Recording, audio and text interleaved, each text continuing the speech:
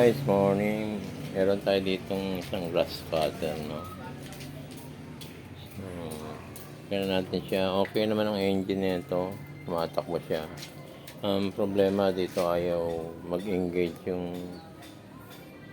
Paragay ko nag-engage yung clutch, eh. Ayaw umikot yung dulo. Hindi siya... May maingay dito na parang putol. Kasi... Kung sa clutch yun, hindi nag-i-engage. Nandito yung clutch niya. Ito. Dito. Lagay ko nag-i-engage yung clutch kasi maingay dito eh. Pag nirevolution ko, maano siya. May mararamdaman kong umiikot ditong kable. Cable type to eh, no? Dating dun ayaw. So guys, test natin ha. On.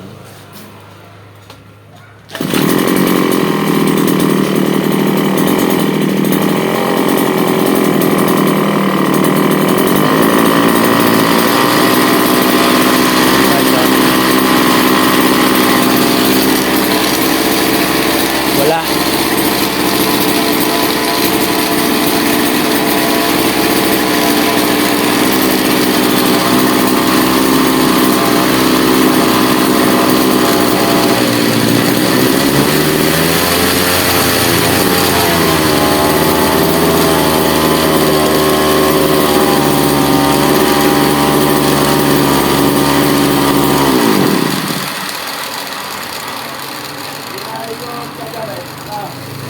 Yan ang sira. Pati siguro yung kable.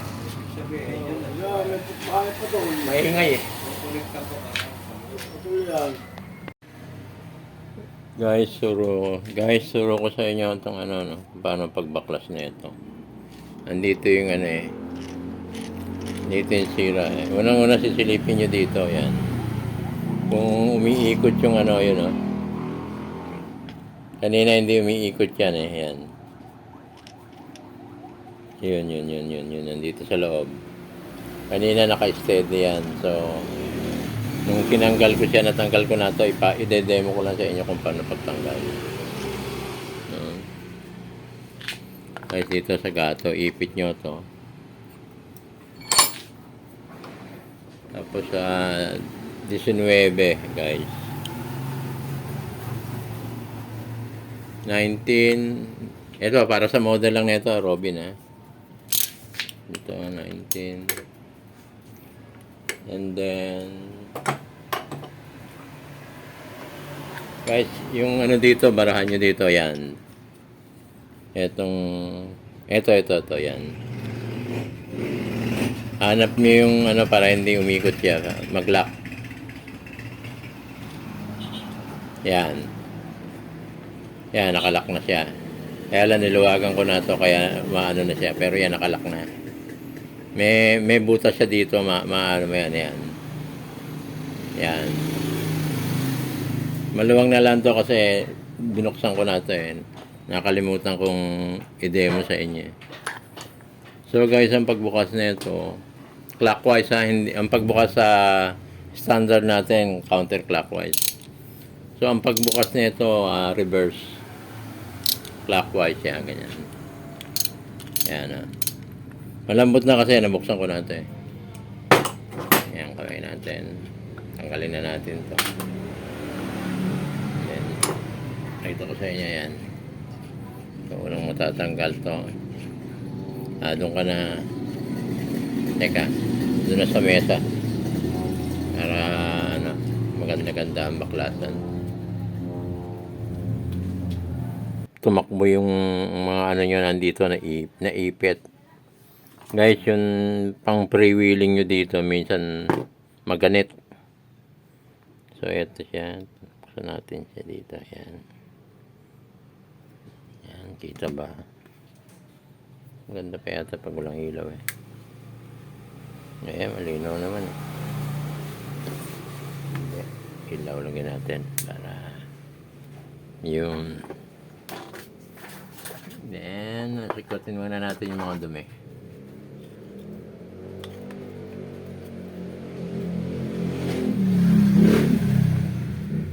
Guys, kita niyo yung bumabara sa niya, puro mga mga hibla ng damo.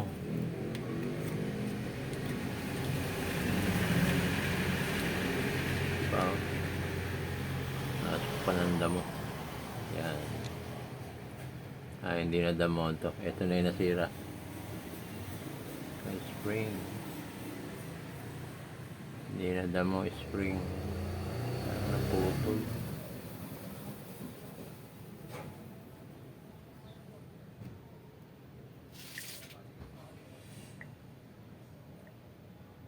One, two, three. Kagaya, tingnan natin kung ano ito. Gaya ko putol.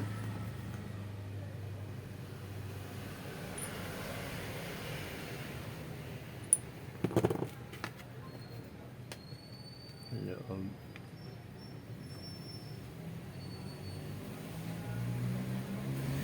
Ito. Ano ba ito?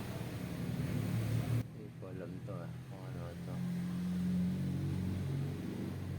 Pero meron siyang ano meron siyang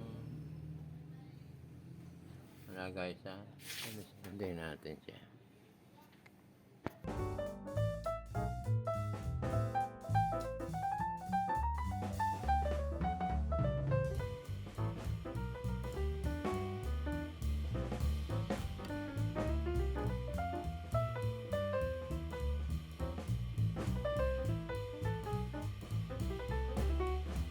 Siya. So, nandito ang sikreto, cover lang yun. Buksan natin to, tsaka ilalabas tong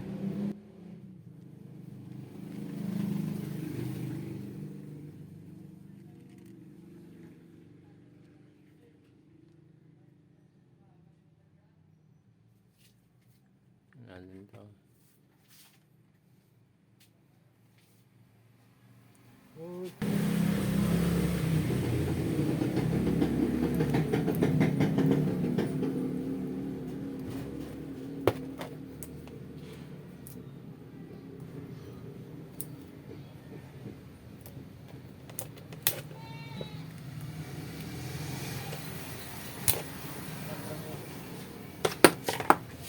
Ayan, tataktak natin tong ano. Yan ang tanong. Ito na.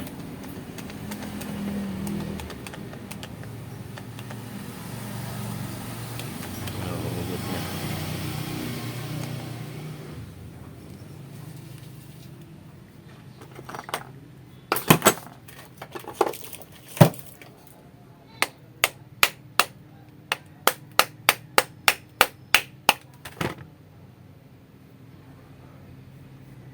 Guys, ipitin ko ito tsaka papaluin ko para lumabas.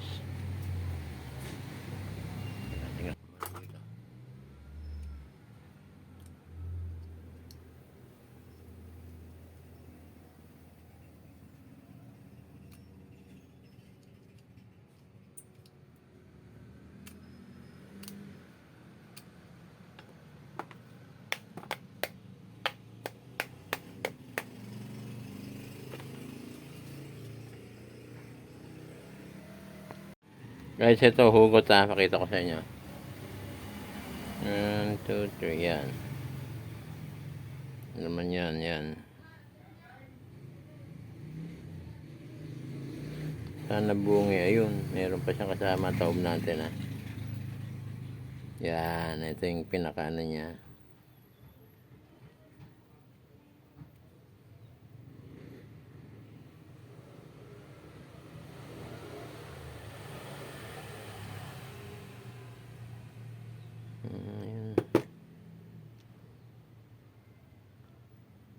Wala na. Ay, setong sira yung gear, Kinain na.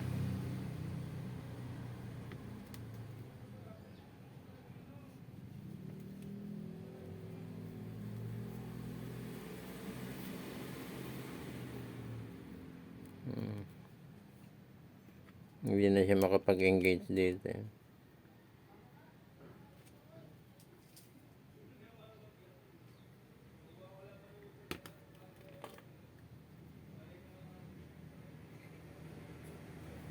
Dito. Yan.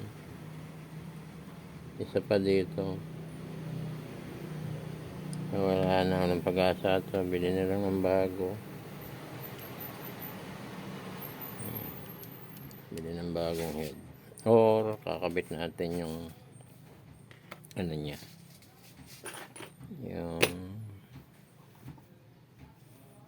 Yung reserve niya. Tingnan natin.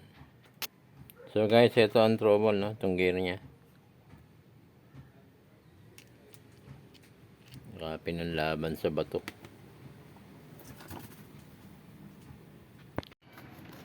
Guys, turuan ko kayo no, kung paano tumingin ng piston na sira. So guys, yung hindi nyo bubuksan yung unit, makikita nyo yung piston kung may tama. Ayan, dito yan sa tambucho yan. Pag binuksan nyo yan, makikita nyo yan, Pag inangat ko pa yan, mahaba yan dahil back and forth yan, up and down, yung pinaka-stroke nya. Kaya kakayod yan. So ngayon nakikita natin yung piston ring. May tama, tsaka yung piston. Ang ano pa niyan, yung baka yung pinaka-cylinder nya, yung pinaka-unit na damay. So pag ganito, tumatakbo pa naman to yung mas maganda magpalit na ng piston kagad kasi ano yan gagasgas pa yan, magaspang na yan na depende sa nagpapagawa kung okay pa siya o itutuloy o hindi. So nakukuha yung gasgas na yan dito sa kaya minsan pag meron kayong grass cutter, medyo bibisitahin nyo tong muffler nyo, kasi yung muffler, yung pinaka-usok nya at saka yung pinaka-suit, yung pinaka ano ba tawag doon, yung pinaka-dumi ng usok. Pag kumapal yan, babaksak dito sa cylinder, dito sa loob na yan. Yan, pag natangay yung isa nyan, sisingit yan pa konti-konti, magagasgas yan.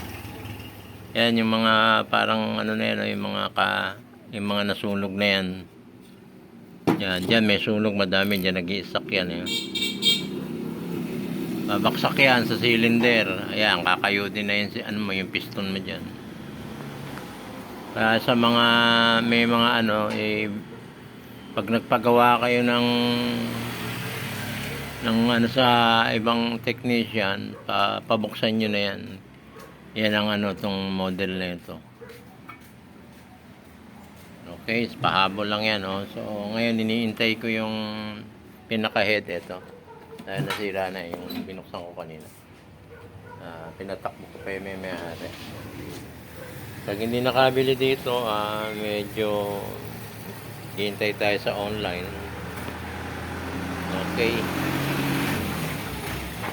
Ito yung isang part ng tama, ayan, hinila ko yung nirotate ko pag angat niya pataas.